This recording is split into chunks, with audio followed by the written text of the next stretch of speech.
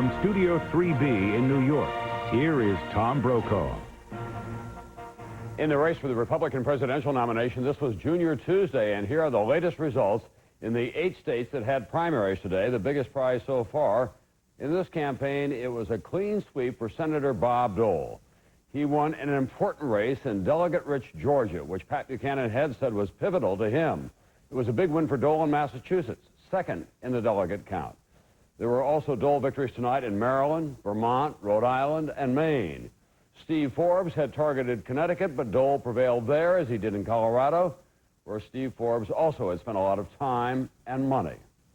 This is the night that has turned the Dole campaign around. Looking at the delegate board, you can see that Bob Dole now has a commanding lead. Joining us now is our Washington bureau chief and moderator of Meet the Press, Tim Russert. Tim, with all the good news for Bob Dole, some bad news tonight as well. It turns out that Pat Buchanan says he wants to stay in the race all the way to San Diego to keep the issues before Senator Dole. Is that going to be a problem for the frontrunner? Potentially it could be, Tom. It's the cultural war that Pat Buchanan is going to continue to wage. The benefit Bob Dole may have is that he can look like a mainstream conservative. However, in the end, Pat Buchanan will want a prime-time speaking slot at the convention, and he'll ask for concessions from Senator Dole on the platform regarding abortion and even his selection of a vice president. Isn't abortion going to be the most difficult issue for Senator Dole? Very, very hard, Tom. Every state primary this year said they do not want a constitutional amendment to ban abortion. That will be the party's plank because Pat Buchanan will insist on it as part of the terms of his support of Senator Dole. Don't you think that Pat Buchanan will also demand of Dole that he choose a vice presidential candidate who matches the Buchanan rhetoric when it comes to abortion? Bob Dole would love to select General Colin Powell. Pat Buchanan said, no, I won't allow that. He is pro-choice. That is not acceptable. And Pat Buchanan is going to go to this convention probably with about 300 or 400 delegates and have a huge amount of influence. Bob Dole has to be very careful how he handles Pat Buchanan. In fairness to Senator Dole, this is a big night for him, but what are the chances that Pat Buchanan or others could walk out of the party and join Ross Perot come the fall? Difficult, Tom. I think in the end they'll all stay in the Republican fold, but he has to deal with them in a very delicate way, and that always means he has to pay a political price and make concessions. All right, thanks very much. Tim Russert, our Washington bureau chief moderator of Meet the Press. According to the exit polls that we had today, a clear majority of those who voted say they do think that Pat Buchanan is too extreme. Buchanan's speeches and his interviews crackle with controversy. He uses words like weapons. But what do they mean? Are they just images, or as some say, are they racist and anti-Semitic? They're going to come after this campaign with everything they got. Do not wait for orders from headquarters. Mount up, everybody, and ride to the sound of the gun. I said 3 little words, as I told the press. Lock and load. And there's got to be room for Dixie as well. Pat Buchanan's language on the campaign trail is like a 12-gauge shotgun at close range. It gets your attention. Don't point it at the Los Angeles Times. Is there anyone better out there on the presidential trail today than Pat Buchanan at using words to convey the message that he wants to? I don't think anybody's out there now that can match him on it. Buchanan and New York Times columnist William Safire were once on the same team, speechwriters for Richard Nixon. He was the true believer even then, rock'em sock'em, pounding away at the typewriter with the hardest type of stuff.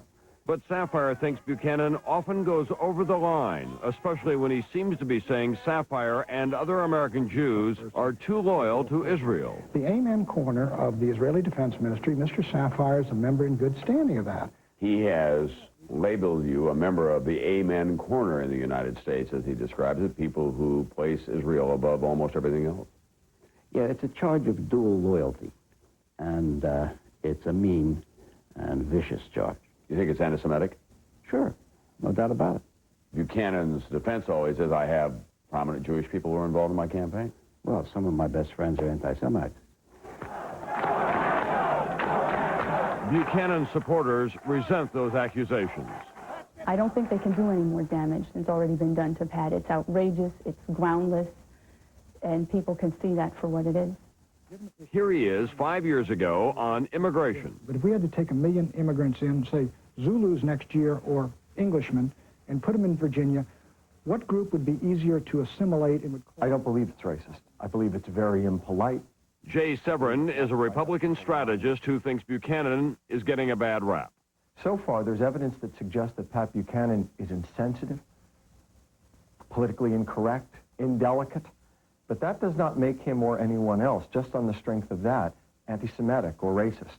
Last week, during the South Carolina primary, My friends, there is room in America for the fighting song of the civil rights movement, We Shall Overcome. And there's got to be room for Dixie as well.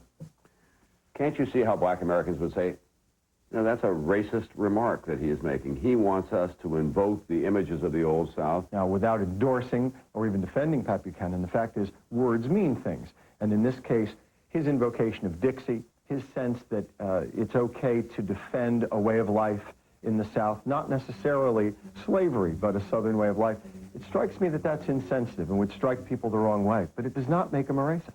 But he walked right up to the line. I think he walks right up to the line is right.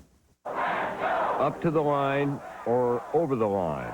That's been a consistent charge that Buchanan uses a kind of code, turning issues of policy into issues of race, referring to immigrants as Jose during the Iowa campaign, repeatedly charging that New York banks are cheating working people.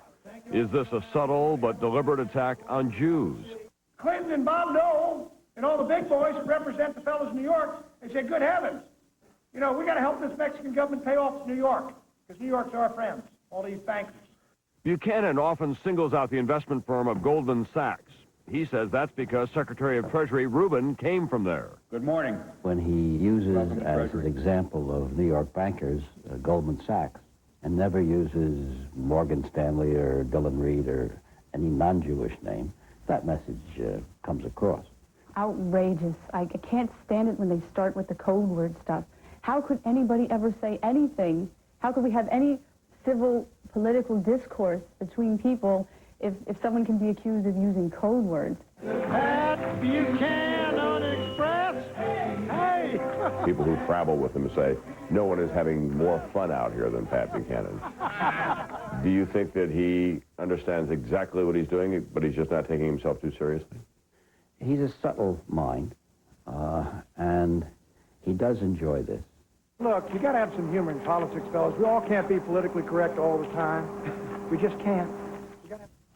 We'll be hearing more of Pat Buchanan's words in the months to come. Tonight, he vowed to stay in this race right through the Republican convention this August.